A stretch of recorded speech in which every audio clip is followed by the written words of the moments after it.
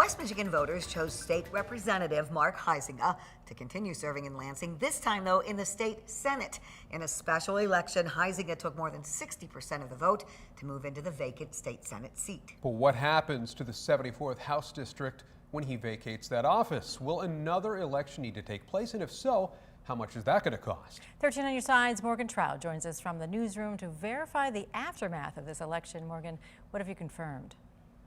Val, I want to preface this story by adding that the election results are not certified yet, but they should be by the end of this week. It looks like Huizenga easily won the seat, so let's proceed as though he did. Now, there's a House seat open. Let's verify what happens next.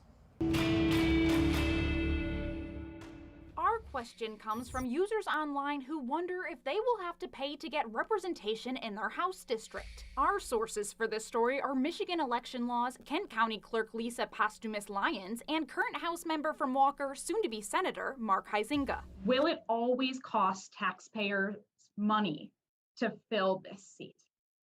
It doesn't always cost taxpayers extra money to fill a vacancy. Michigan election code states that when a vacancy occurs in the office of a senator or representative in the state legislature, the governor may call a special election or direct that the vacancy be filled at the next general election. Clerk Lyons says Governor Whitmer has the authority to hold a special election to fill Huizenga's seat, or just wait till the next primary and general. Costs need to be, weighed with the benefit of the importance of the people having representation in the House. Lyons says the 74th House District has about 30 precincts. Each precinct would need about $3,000 to support another election. General and primary elections could cost about $150,000 to $200,000 each, but they are reimbursed and don't cost taxpayers. Special elections could cost the same amount, but they are not reimbursed. Well, the money comes from you, the taxpayers. Those costs are incurred by, if they put a question on the ballot, they pay for their share of the cost, along with, if there's a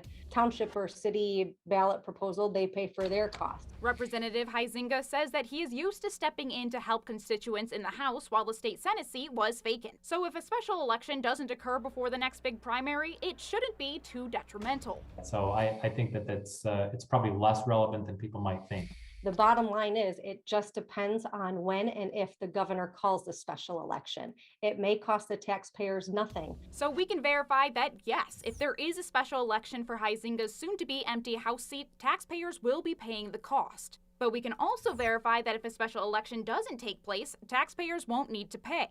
It all depends on the governor. Because I know I just gave a ton of information. If the governor were to call a special election for August or November next year, the special election wouldn't cost the taxpayers extra dollars because we will already be conducting an election. If it's called in May, it will most likely be extra costs because it's not certain whether or not those jurisdictions would have conducted an election otherwise. And like always, if you have something you'd like me and the Verify team to look into, send us an email at verify@13onyourside.com. You can also text the word verify to 616-559-1310.